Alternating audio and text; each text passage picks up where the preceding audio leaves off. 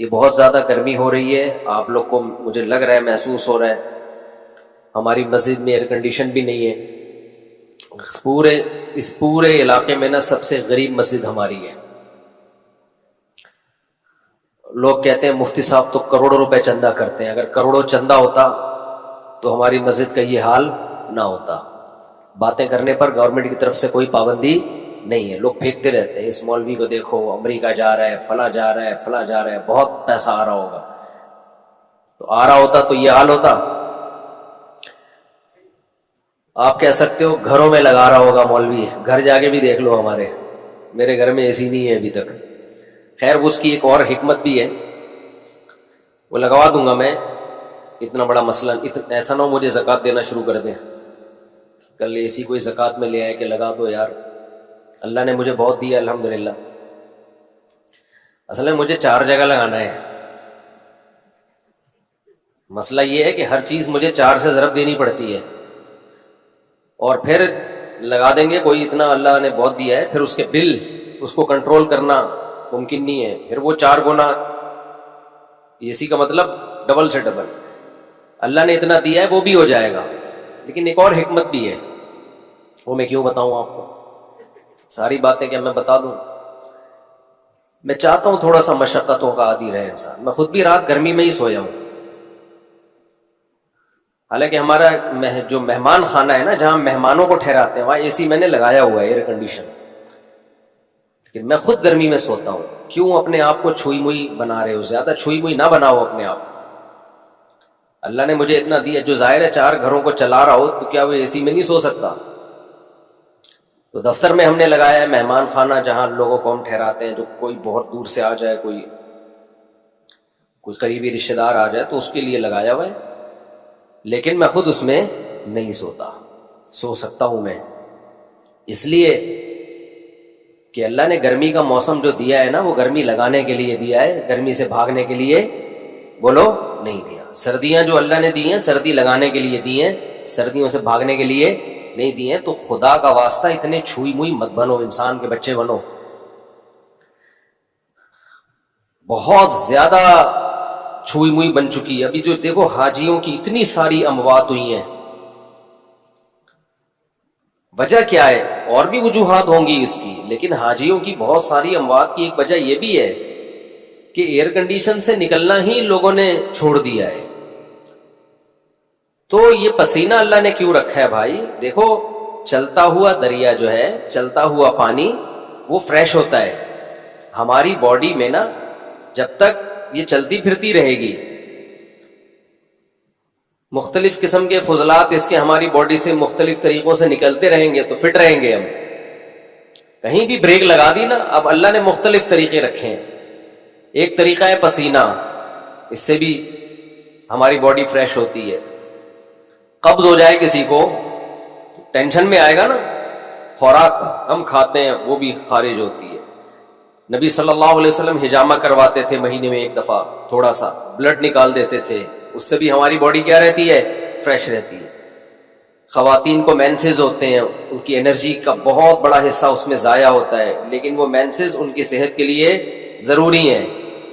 بچے کی ولادت ہوتی ہے، نفاس کا خون آتا ہے، بہت زیادہ ان کی انرجی اس میں ضائع ہوتی ہے، لیکن وہ ان کی صحت کے لیے ضروری. یہ ساری چیزیں باڈی کو ریفریش کرنے کے لیے ہوتی ہیں. ریفریش سمجھتے ہیں؟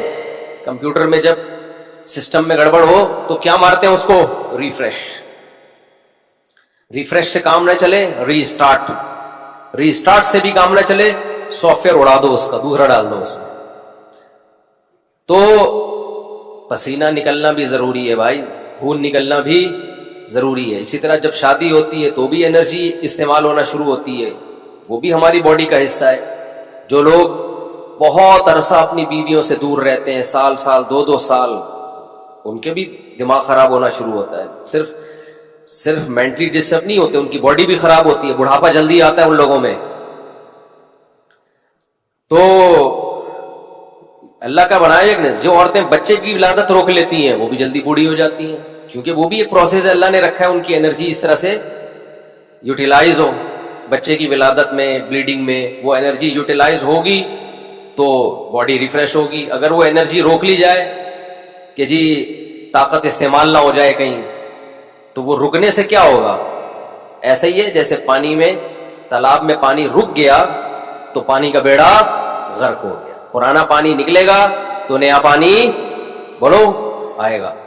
تو اس لیے تھوڑا سا اپنے آپ کو مشقت، کل میں سویا نہیں ہوں گرمی کی وجہ سے، پسینے پسینے پسینے پسینے پسینے، ہم نے کہا کوئی بات نہیں، انجوائے کرو اسی کو، ٹھیک ہے، ایسی کی تیسی، سمجھتے ہو، انجوائے کرو انہیں پسینوں کو۔ تو اس لیے اپنے دیکھو، ہمارے مذہب پہ چلنا اس وقت تک ممکن ہی نہیں ہے جب تک آپ محنت کے عادی نہ ہو، اس وقت تک مذہب پہ چلنا ممکن ہے نہیں، کیونکہ مذہب آپ سے جگہ جگہ آپ کی خواہشات چھڑواتا ہے۔ تو جو برگر فیملی بچہ ہوگا، جو بالکل ہی چھوئی موئی زندگی گزارے گا، وہ کیسے شریعت پہ چل سکتا ہے؟ شریعت پہ چلنا نفس کی خواہش کی مخالفت کے بغیر ممکن نہیں ہے۔ بس ایک بات کر کے میں آگے چلتا ہوں، کیونکہ یہ ٹاپک نہیں، آپ بولیں گے مفتی صاحب کیا میڈیکل سائنس لے کے بیٹھ گئے ہیں، پسینے پہلے ہی نکل رہے ہیں اور نکال رہے ہیں ہمارے پسینے۔ دیکھو ایک بات خوب اچھی طرح سمجھو، دنیا میں ٹینشنوں کی دو قسمیں ہیں۔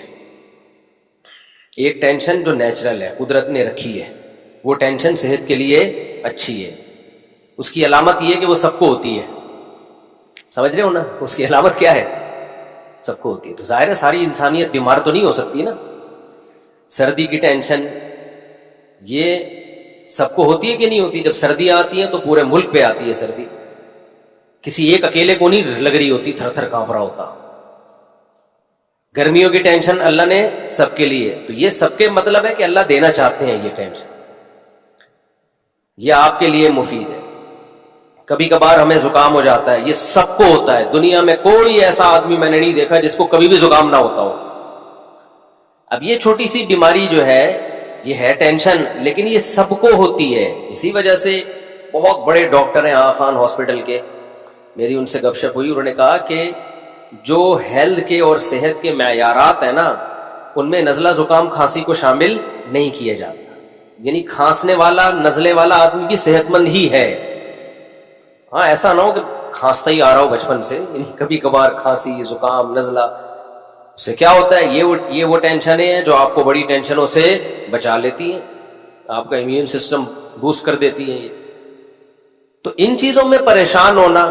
اسی طرح بچے جب پیدا ہوتے ہیں، بچہ چیخ چیخ کے روتا ہے، گلا پھاڑ پھاڑ کے، کچھ نہیں دیکھتا کہ یہ کم بخت کے باپ کے سونے کا ٹائم ہے یا ماں کے سونے کا ٹائم ہے۔ جب وہ روتا ہے تو اور وجہ بھی سمجھ میں نہیں آ رہی ہوتی۔ تو یہ کسی ایک ہی بچے کے ساتھ ہوتا ہے یا ہر بچے کے ساتھ ہوتا ہے؟ ہر بچے کے۔